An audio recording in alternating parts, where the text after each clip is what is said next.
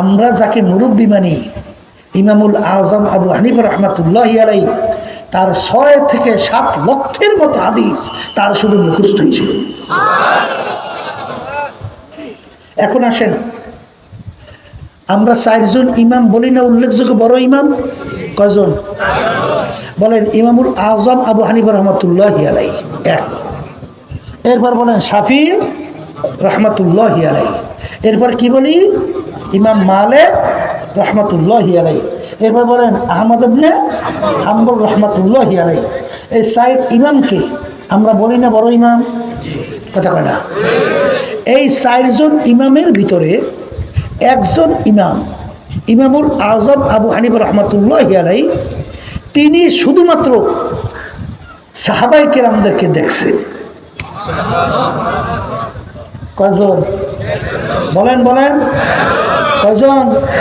তার নাম কি বলেন? ইমামুল আজম আবু হানিফা রহমাতুল্লাহি আলাইহি, তিনি সাহাবায়ে কেরামদেরকে দেখছেন। আচ্ছা এখন বলেন, তাহলে সাহাবায়ে কেরাম ছাত্র হয়েছে কার? আল্লাহ রসুল সাল্লাল্লাহু আলাইহি ওয়াসাল্লাম। তাহলে সাহাবায়ে কেরামদের আমল সরাসরি দেখছে কেডা? ইমামদের ভিতরে কে দেখছেন? ইমামুল আজম আবু হানিফা রহমাতুল্লাহি আলাইহি। কথা ঠিক কিনা? এই আল্লাহর বান্দারা, ভালো করে বোঝা লাগবে। বাজান, ঝগড়াঝাটি কইরা দলদলি কইরা কবরে কিন্তু কোনো দল নাই। কবরে যদি যে কেউ বলল আমি সর্বনয় মুরিদ, যথেষ্ট, আর তো কিছু লাগবে না। কি এই কবরে করে সর্বনের পরিচয় কাজ হয় না? হায় রে হায়। তাহলে ছাড়ছি না? জৈনপুর, ফুরফুরা, রাজাবাগ, দেওয়ানবাগ, মাঝবান্ডা, সুরেশ্বর, চন্দ্রপাড়া, আওয়ামী লীগ, বিএনপি, জাতীয় পার্টি, জামাত, এ কোনো পরিচয় কবরে নাই। এই পীরের জন্য প্রশ্ন 3টা। কয়টা? মুরিদের জন্য, এই প্রেসিডেন্টের জন্য প্রশ্ন 3টা, রাস্তার ফকির 3টা। আল্লাহু আকবার। তাহলে কবরের প্রশ্ন সবার জন্য সমান। মান রব্বুকা ওমা দীনুকা ওমান নবিয়্যুক। এই 3 প্রশ্নের ভিতরে কোথায় কি পাইছেন? তুমি চরমনাইয়ের কিনা? তুমি সারসিনের কিনা? তুমি জৈনপুরের কিনা? তুমি রাজারবাগ, দেওয়ানবাগ কিনা? তুমি জামাতের কিনা? তুমি আওয়ামী লীগ, বিএনপির কিনা? তুমি চৌধুরী বংশ না নাপ্তা বংশ? এখনো পাশে আছে। তা যদি নাই থাকে, কবরে কিন্তু বুঝা শুই না যাইয়েন। ও কবরে কিন্তু কোনো দলের পরিচয় নাই। বাজানদেরকে বলবো, পর্দা আলে মা বোনরা যারা শুনতেছেন, লক্ষ লক্ষ হাদিস, যেমন নাকি একটা হাদিসের কথা শুনাই, নামাজের ভিতরে বুকের ভিতরে হাত বাঁধার হাদিস, বলেন এটাও সহিহ কি সঠিক? আবার নাভির নিচে হাত বাঁধার হাদিসও সহিহ সঠিক। কথা ঠিক না? ঠিক। এখন আপনি নামাজে দাঁড় হয়েছেন, এখন আপনি নামাজের ভিতরে একবার হাত বুকে বাঁধবেন, একবার নাভির নিচে বাঁধবেন, এরকম করবেন? দোনো হাদিস সহিহ। আমল করবেন কিভাবে? এখন সাহাবায়ে কেরামদের আমল লাগবে। বলেন কাদের আমল লাগবে? আবার বলেন। সাহাবায়ে কেরামদের দেখার ভিতরে একজন কেডা? ইমামুল আজম আবু হানিফা। ওমর ফারুক রাদিয়াল্লাহু তাআলা নাম শুনছেন? আল্লাহর হাবিবের যে হাওয়ারিনদের ভিতরে সবচেয়ে কাছের 2-1 ভিতরে একজন ওমর ফারুক রাদিয়াল্লাহু তাআলা। ওমর ফারুক রাদিয়াল্লাহু তাআলা বলতেছেন, নামাজের ভিতরে পুরুষেরা হাত বাঁধবে তাহতা সুররা, নাভির নিচে। কথাটা বোঝেন? এর কারণও তো আছে। মহিলাদের সতর হইল বুক, মহিলাদের সতর কোথায়? আর পুরুষদের সতর হলো নাভির নিচ। কথা বুঝে? তাহলে পুরুষ পারবে নাভির নিচ, আর মহিলারা পারবে হাতের উপর। আল্লাহ রাসূল সাল্লাল্লাহু আলাইহি ওয়াসাল্লামকে আল্লাহ পাঠাইছেন, যুগে যুগে নবী রাসূল আল্লাহ পাঠাইছে না? আসতে বলে সংখ্যা কত? বলেন 1,00,000 বা 2,24,000 মতো নবী রাসূলুল্লাহ দুনিয়াতে পাঠাইছে, ঠিক কিনা? এর ভিতরে সব শেষ নবী রাসূল নাম কি? মুহাম্মদুর রাসূলুল্লাহ। আচ্ছা, তা আল্লাহর হাবিব সাল্লাল্লাহু আলাইহি ওয়াসাল্লাম আল্লাহ পাঠাইছেন, কারণ নাই? আসতে বলে আল্লাহ রাসূল সাল্লাল্লাহু আলাইহি ওয়াসাল্লাম বলেন, আমাকে আল্লাহ পাঠাইছেন কিসের জন্যে? বুইসতু মুআল্লিমা। আল্লাহ আমাকে পাঠাইছে বলেন উস্তাদ হিসাবে। বলেন বলেন বলেন কি হিসাবে? উস্তাদ। তা উস্তাদ হইলে ছাত্র লাগবে না? তাহলে উস্তাদ হিসাবে কি লাগবে? বলেন আল্লাহ হাবিব সাল্লাল্লাহু আলাইহি ওয়াসাল্লাম উস্তাদ, তার ছাত্র কারা? বলেন সাহাবায়ে কেরাম। কারা? আচ্ছা, এই সাহাবায়ে কেরামের সংখ্যা কত? বলেন এই 1.5 থেকে 1.5 লক্ষের কাছাকাছি। 1.5 থেকে। এই সাহাবায়ে কেরাম কাদেরকে বলে? বলেন যারা ঈমান সহকারে, বলেন স্বচক্ষে আল্লাহ রাসূল সাল্লাল্লাহু আলাইহি ওয়াসাল্লামকে দেখছে এবং ঈমান সহকারে দুনিয়া থেকে বিদায় নিয়ে কবরে চলে গেছে, এদেরকে বলে কি? বলেন সাহাবায়ে কেরাম। এই সাহাবায়ে কেরাম তাদের কোনটা নেক আমল আর কোনটা বদমানি গুনাহ, এইটা সরাসরি আল্লাহ রাসূল সাল্লাল্লাহু আলাইহি ওয়াসাল্লাম সাহাবায়ে কেরামদেরকে শিক্ষা দিয়েছে। কথা ঠিক? যেমন দেখবেন হাদিসের মধ্যে আসছে আল্লাহ রাসূল সাল্লাল্লাহু আলাইহি ওয়াসাল্লাম সাহাবায়ে কেরামদেরকে বলতেছেন, তোমরা নামাজ পড়ো। তোমরা নামাজ পড়ছে, নামাজ বলে আবার পড়ো। এর অর্থ কি? হয় নাই। এর অর্থ কি? হয় নাই। পড়ছে আবার, বলে আবার পড়ো। এর অর্থ কি? হয় নাই। এরপরে আল্লাহ রাসূল সাল্লাল্লাহু আলাইহি ওয়াসাল্লাম বলতেছেন, আমি যেভাবে নামাজ পড়ি তোমরা সেইভাবে নামাজ পড়ো। তাইলে কি বুঝলেন? সরাসরি আল্লাহ রাসূল সাল্লাল্লাহু আলাইহি ওয়াসাল্লাম সাহাবায়ে কেরামদেরকে নেক আমল শিক্ষা দিয়েছে। কথা ঠিক? সাহাবায়ে কেরাম শিক্ষা দিয়েছেন কাদেরকে? বলেন তাবিঈনদেরকে। তাবিঈনরা শিক্ষা দিয়েছেন কারে? বলে তাবিঈনদেরকে। বলেন বলেন বলেন বলেন। এখন শোনেন, এই যুগে আইসা এক শ্রেণী আমার বাজানরা, এরা ইমাম মানে না, অর্থাৎ মুরব্বী মানে না, উস্তাদ মানে না। তারা বলে সরাসরি কোরআন এবং হাদিসের উপরে আমল করবে। কথা ঠিক? আচ্ছা, এখন আমি একটু জিজ্ঞাসা করি, বাজানরা উত্তর দিয়ে। আচ্ছা, এক শ্রেণী আমার বাজানরা আছে মাদ্রাসায় পড়ে নাই, মাদ্রাসায় পড়ে নাই, কোরআন এবং হাদিস পড়ে নাই। আচ্ছা, কোরআন এবং হাদিস যদি না পড়ে তাইলে তারা আমলটা করবে কিভাবে? কলে যে করে একজন তাকে শিখতে হবে। কথা বললেন? তাইলে যার থেকে আপনি শিখলেন তাকে ইমাম মানা হয় নাই, তাকে মুরব্বী মানা হয় নাই, তাকে উস্তাদ মানা হয় নাই।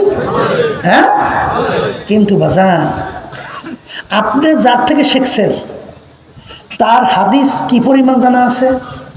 হাদিসের সংখ্যা তো 2-100 না, 2-1000 না, লক্ষ লক্ষ। কথা বলে না? লক্ষ লক্ষ না? আচ্ছা, তাহলে যাদের থেকে আপনি শিখছেন, আচ্ছা আমার সামনে পারলে চ্যালেঞ্জ করেন তো, 100 হাদিস সনদ সহ কেউ মুখস্থ বলতে পারবে? এরকম জানা মতে একজন আলেম আমার সামনে সনদ সহ 100 হাদিস আলা একটু নিয়ে আসেন তো। পাবেন? পাবেন? কঠিন ব্যাপার, সম্ভব কঠিন, বড় কঠিন। এর আর কিছু কিছু আছে কঠিন, কিন্তু আমরা যাকে মুরব্বী মানি, ইমামুল আজম আবু হানিফা রাহমাতুল্লাহি আলাইহি, তার 6 থেকে 7 লক্ষের মতো হাদিস তার শুধু মুখস্থই ছিল। এখন আসেন, আমরা 4 জন ইমাম বলি না উল্লেখযোগ্য বড় ইমাম? কয়জন? বলেন ইমামুল আজম আবু হানিফা রাহমাতুল্লাহি আলাইহি 1। এরপর বলেন শাফি রাহমাতুল্লাহি আলাইহি। এরপর কি বলি? ইমাম মালিক রাহমাতুল্লাহি আলাইহি। এরপর বলেন আহমদ ইবনে হাম্বল রহমাতুল্লাহি আলাইহি। এই 4 ইমামকে আমরা বলি না বড় ইমাম? কথা কয় না? এই 4 জন ইমামের ভিতরে একজন ইমাম, ইমামুল আজম আবু হানিফা রহমাতুল্লাহি আলাইহি, তিনি শুধুমাত্র সাহাবায়ে কেরামদেরকে দেখছেন। কয়জন? বলেন বলেন, কয়জন? তার নাম কি বলেন? ইমামুল আজম আবু হানিফা রহমাতুল্লাহি আলাইহি, তিনি সাহাবায়ে কেরামদেরকে দেখছেন। আচ্ছা এখন বলেন, তাহলে সাহাবায়ে কেরাম ছাত্র হয়েছে কার? আল্লাহ রসুল সাল্লাল্লাহু আলাইহি ওয়াসাল্লাম। তাহলে সাহাবায়ে কেরামদের আমল সরাসরি দেখছে কেডা? ইমামদের ভিতরে কে দেখছেন? ইমামুল আজম আবু হানিফা রহমাতুল্লাহি আলাইহি। কথা ঠিক কিনা? এই আল্লাহর বান্দারা, ভালো করে বোঝা লাগবে। বাজান, ঝগড়াঝাটি কইরা দলাদলি কইরা কবরে কিন্তু কোনো দল নাই। কবরে যদি যে কেউ বলল আমি সর্বনয় মুরিদ, যথেষ্ট, আর তো কিছু লাগবে না। কি এই কবরে কোনো সর্বনের পরিচয় কাজ হয় না? হায় রে হায়। তাহলে ছাড়ছি না? জৈনপুর, ফুরফুরা, রাজাবাগ, দেওয়ানবাগ, মাঝবান্ডা, সুরেশ্বর, চন্দ্রপাড়া, আওয়ামী লীগ, বিএনপি, জাতীয় পার্টি, জামাত, এ কোনো পরিচয় কবরে নাই। এই পীরের জন্য প্রশ্ন 3টা। কয়টা? মুরিদের জন্য, এই প্রেসিডেন্টের জন্য প্রশ্ন 3টা, রাস্তার ফকির 3টা। আল্লাহু আকবার। তাহলে কবরের প্রশ্ন সবার জন্য সমান। মান রব্বুকা ওমা দীনুকা ওমান নবিয়্যুক। এই 3 প্রশ্নের ভিতরে কোথায় কি পাইছেন? তুমি চরমনাইয়ের কিনা, তুমি সারসিনের কিনা, তুমি জৈনপুরের কিনা, তুমি রাজারবাগ দেওয়ানবাগ কিনা, তুমি জামাতের কিনা, তুমি আওয়ামী লীগ বিএনপির কিনা, তুমি চৌধুরী বংশ না নাপ্তা বংশ? এখনো পাশে আছে। তা যদি নাই থাকে কবরে কিন্তু বুঝা শুই না যাইয়েন। ও কবরে কিন্তু কোনো দলের পরিচয় নাই। বাজানদেরকে বলবো, পর্দা আলে মা বোনরা তারা শুনতেছেন, লক্ষ লক্ষ হাদিস, যেমন নাকি একটা হাদিসের কথা শুনাই, নামাজের ভিতরে বুকের ভিতরে হাত বাঁধার হাদিস, বলেন এটাও সহিহ কি সঠিক?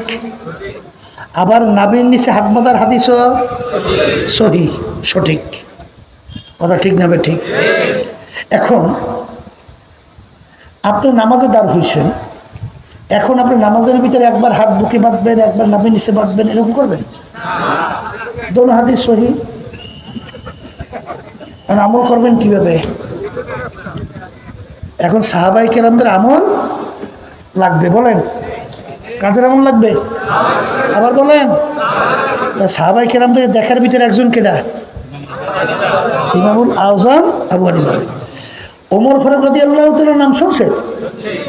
আল্লাহর হাবিবের যে হাওয়ারিনদের ভিতরে সবচেয়ে কাছের 2-1 ভিতরে একজন ওমর ফারুক রাদিয়াল্লাহু তাআলা।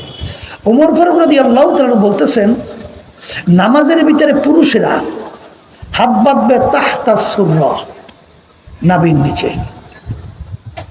কথাটা বোঝেন? এর কারণও তো আছে। মহিলাদের সতর হইল বুক, মহিলাদের সতর কোথায়? আর পুরুষদের সতর হলো নাভির নিচ। কথা বুঝে? তাহলে পুরুষ পারবে নাভির নিচ, আর মহিলারা পারবে হাতের উপর। এই 2 হাদিসের ভিতর তাকবীর দেওয়া লাগবে না? কি যেরকম লাগবে? লা ইলাহা ইল্লাল্লাহ, লা ইলাহা ইল্লাল্লাহ, লা ইলাহা ইল্লাল্লাহ, ইল্লাল্লাহ, ইল্লাল্লাহ, লা ইলাহা ইল্লাল্লাহ, লা ইলাহা ইল্লাল্লাহ, লা ইলাহা ইল্লাল্লাহ, লা ইলাহা ইল্লাল্লাহ। ইল্লাল্লাহ লা ইলাহা ইল্লাল্লাহু মুহাম্মাদুর রাসূলুল্লাহ। আলহামদুলিল্লাহ। এই জন্য আমার বাজানদেরকে বলো, পর্দা আলে মা বোনদেরকে বলবো, শোনেন, আমাদের দরকার হলো নেক আমল বাড়াইয়া গুনার থেকে ফিরিয়া ইমানকে নির্ভেজাল মজবুত কইরা দুনিয়া থেকে বিদায় নিয়ে কবরে রওনা করা। কোনো দলাদলি বুঝি ঠুজি না।